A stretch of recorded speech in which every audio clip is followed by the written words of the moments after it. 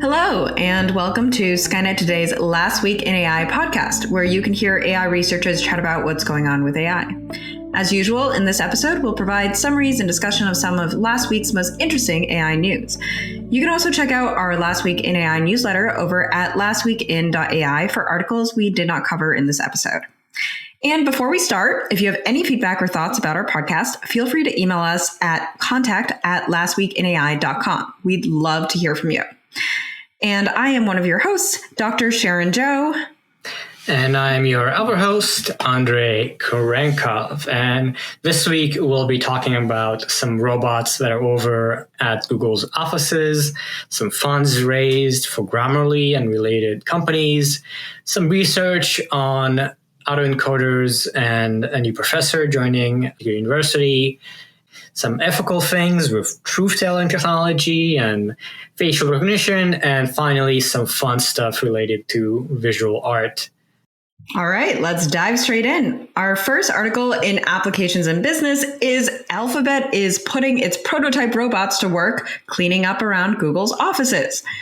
All right, so announced recently, Alphabet said that their Everyday Robots project, which is a team in one of their X labs that is trying to make a general purpose learning robot, has actually now started its first application out deployed inside of Google's offices to clean them. And they are, roaming around the Bay Area campuses and are doing kind of custodian-like tasks. And they have about 100 or more robot prototypes that are just autonomously cleaning up these offices. Yeah, so there's some fun images and GIFs you can watch where you can see them in action. Just to give you a visual image, a mind image, these are kind of robots with one arm at a base and like a little camera head. So, they drive around on wheels and then they can use their arm to wipe tables or grasp cups and move them and, open doors as well. So cool to see robots outside the lab in sort of human spaces. That's something that robotics research hasn't done very much, and it's very difficult to go from learning in a lab environment to actually running among humans. So yeah, it's exciting to see this development, and hopefully, they can keep growing out the uses of robots over time. I really encourage looking at the form factor. Is really interesting. It's a skinny little thing with a kind of long arm that can extend to clean, a table or something like that, and do all these what the researchers say are mundane tasks that a human might not want to do, or that are easier to tackle by a robot if we can get it to learn those things. Exactly, yeah, and they are focusing on this general purpose idea. So they are incorporating fairly cutting edge ideas of reinforcement learning, and not hand coding these tasks, but training them via reinforcement learning to be able to do these things, and using simulation a lot. So they're not learning in the real human environment; they are pre-trained in these little simulated worlds, but the fact that you can then use them in real environments is quite cool, and kind of an important step in this effort. Yeah, and very much doing, even opening a door is very, very challenging. And these robots actually were first seen, if we were to cycle back on what they were initially aimed at doing, was sorting out recycling. And that was when they debuted a couple years ago in 2019. And now they've, shifted to this other environment of doing more general tasks. Yeah, exactly. And the whole project started around, I think, 2015, 2016. So it's long been in the works, and it's cool to see that they are really dedicated to it and continuing to push on it. Next up in our business and applications section, we have a couple stories on AI-assisted writing. In particular, we have Grammarly raises $200 million at a $13 billion valuation to make you an even better writer using AI. And we also have AI-powered writing assistant writer nabs 21 million. So in case you haven't seen it, Grammarly is this tool you can use for things like correcting spelling, but also correcting grammar and also other suggestions for making concise emails and things like that. And it's quite popular, and they have a lot of ads.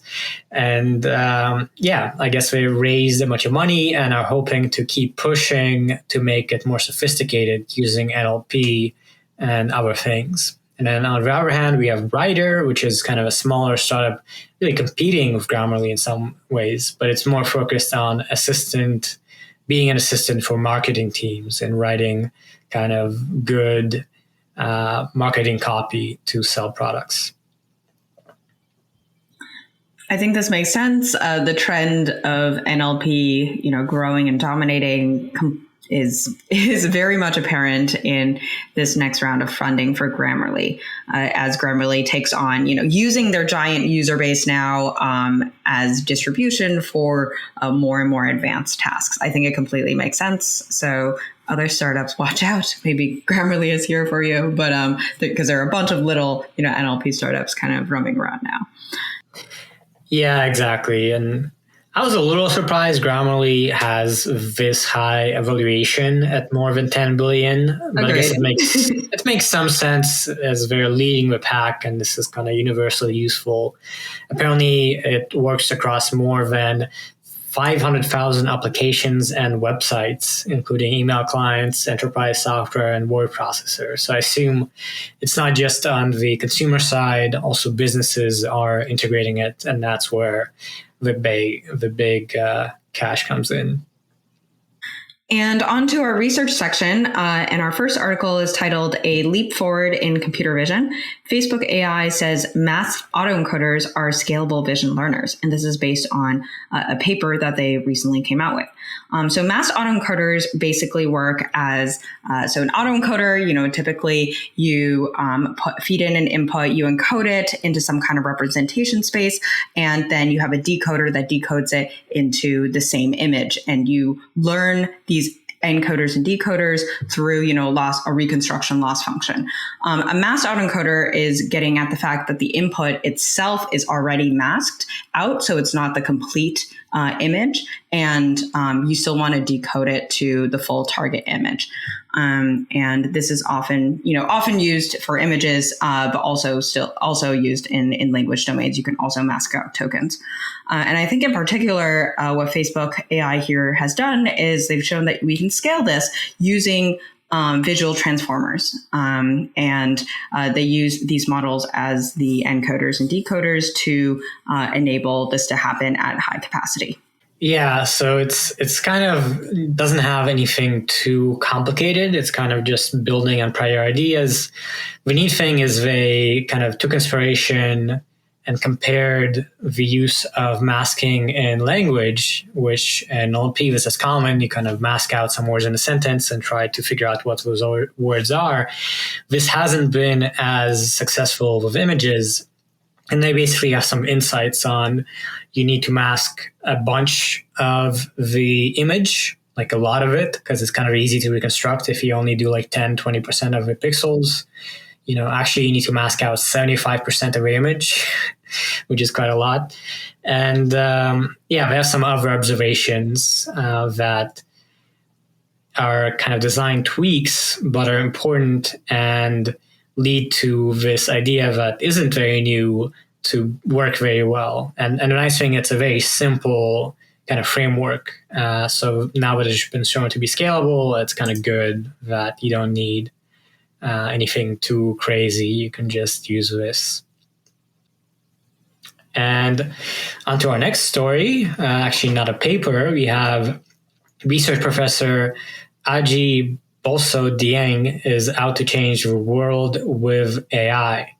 So this kind of announces that this fall, assistant professor Adji Dieng became the first Black female faculty member in Princeton's engineering school's 100-year history, and the first Black faculty member in the computer science department.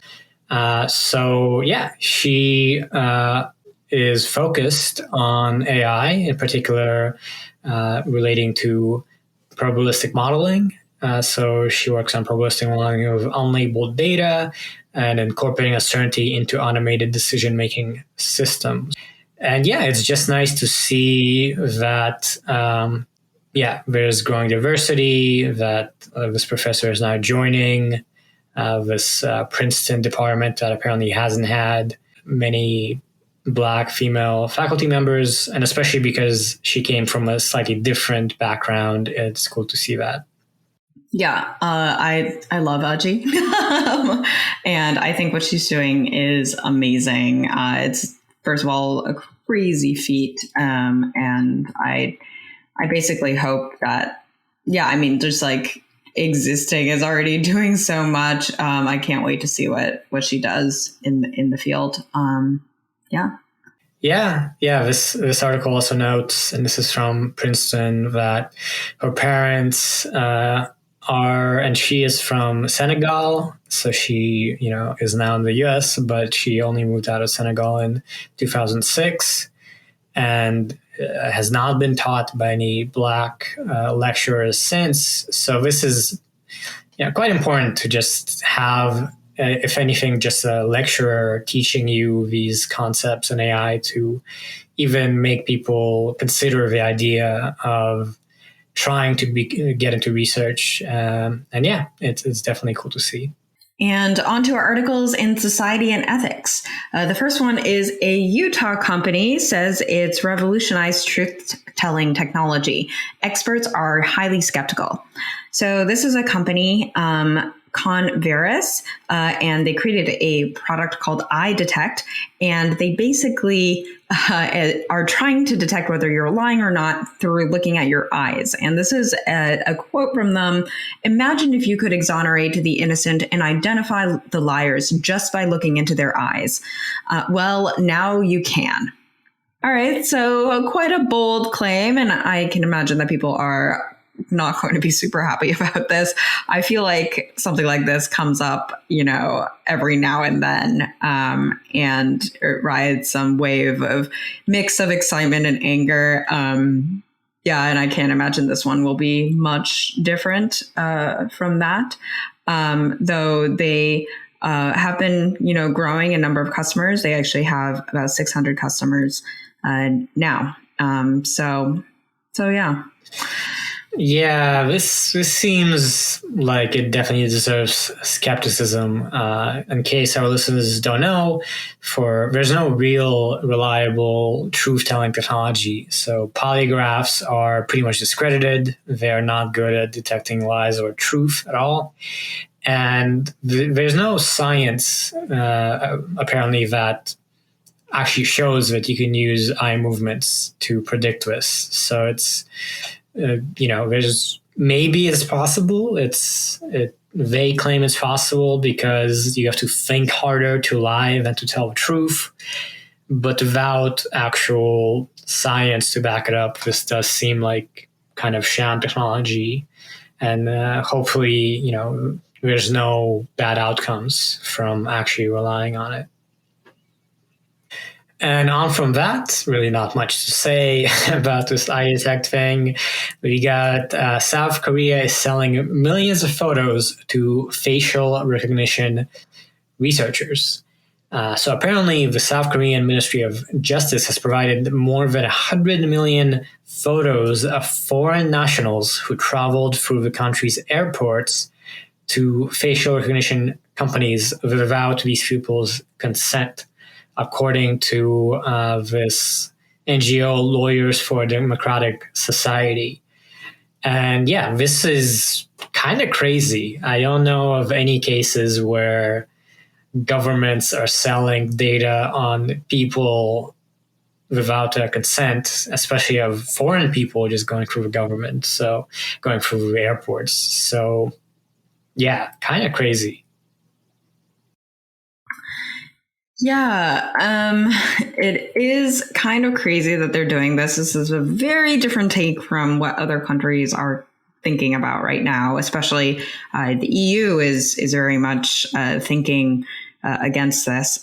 So it's it's an interesting kind of step to take, and is considered, quote, a human rights disaster. Yeah, it does seem unprecedented, although this article also notes, and this was also surprising, that in 2018, a motherboard investigation, this is a publication about tech, that revealed that in numerous states, the DMV apparently sold names, addresses, and other personal data to insurance or tow companies and to private investigators, which again doesn't seem like something the DMV should be able to do. Very, very questionable. So yeah, let's hope this coming to light is gonna stop this practice and that no one else gets such ideas. Right. And on to our fun section, a lighter note. AWS makes AI and machine learning tangible with first major art debut at Smithsonian. So AWS, which is part of Amazon, has commissioned its first ever major art piece, and it will be in the Smithsonian's Futures exhibit. And this is by an artist and architect, Suchi Reddy. And the artwork is called Me Plus You. And it was unveiled recently. And this basically this giant sculpture that very much will respond to different sentiments using AI. So people can walk up and speak into the sculpture, and whatever the person says, whatever you say to that sculpture will then be analyzed by some AI model. The sentiment will be grabbed and it'll change, presumably, the color or the flow and patterns of this piece. Yeah, exactly. So it kind of looks like a bunch of wires almost sticking out of the center. It's these fiber optic cables that they call mandalas. And that's kind of the reaction. So people can step up and say things like, my future looks hopeful or my future looks bright. And then they respond to that via AI that looks at the sentiment of these words and changes the color of light in this stuff. So fairly simple use of AI, although there's some components. There's speech recognition and there's also sentiment analysis. Sounds like a neat sculpture. I would, get a kick out of interacting with it. I don't know about you, Sharon. I'd love to see it. I've heard of similar ones that people have been working on that do incorporate AI. And yeah, I'm excited to see kind of these physical plus digital plus, like, specifically with AI, art pieces being more and more prominent in mainstream kind of viewership. Yeah, it would be neat to see. Usually when you go art, you don't touch it. It's not interactive at all. Doesn't acknowledge your presence. And yeah, I could see this becoming kind of more common where it does evolve, and it does evolve in reaction to you in some ways. And those are always fun. Everyone loves a good kind of room scale installation or things like that. And on to our last fun story. We got Paint Me a Picture. NVIDIA research shows GauGAN AI art demo now responds to words. So NVIDIA has this research on GauGAN, which is a GAN where you can basically paint sort of masks, paint colors onto an image, and then an AI, depending on the color that you put down, kind of imagines what should be there. So you can paint something blue and it'll show a sky. If it's green, it's going to be trees, and so on. And what's neat here is that they've updated it, so now you can actually incorporate words. So you can, paint over some portion of the image or whole image and just say, sunset at a rocky beach, or sunset on a rainy day. I guess that would make sense. But GauGAN will then instantly make the image. So yeah, fun, and it's an interactive demo, so you can actually look it up and play with it. And I guess we'll have a link to do that. Yay, I'm so excited. I love everything that NVIDIA puts out, obviously. And I love this next generation of GauGAN. It makes complete sense to add text into the description. And please go check it out and play with it. I will say I have not, wielded the, I guess, or rather, I haven't optimized my prompt tuning yet with it, so it hasn't outputted anything of great merit or value. But it is it is very exciting stuff, especially with the examples they have at least shown that were, arguably cherry picked, but still extremely impressive.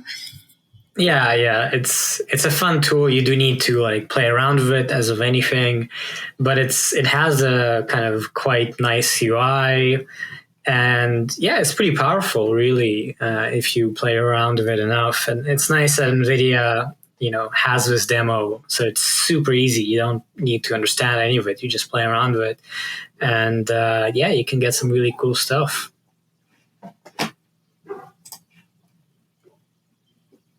All right. And before we go, please, again, let us know any thoughts you have directly to our email at contact@lastweekinai.com. And thank you so much for listening to this week's episode of Skynet Today's Last Week in AI podcast. You can find the articles we discussed here today and subscribe to our weekly newsletter with similar ones at lastweekin.ai. Yeah, we have both domains. It's a little weird, but there you go. You got this. You can't go wrong. And tune in all the time to us. Yeah. Both newsletter and podcast. It's all Last Week in AI. So subscribe to us wherever you get your podcasts, and do leave us a rating and a review if you like the show on Apple. And if you don't, you can also email us, like we said, to give us feedback directly, and we will definitely read those emails. Be sure to tune in next week.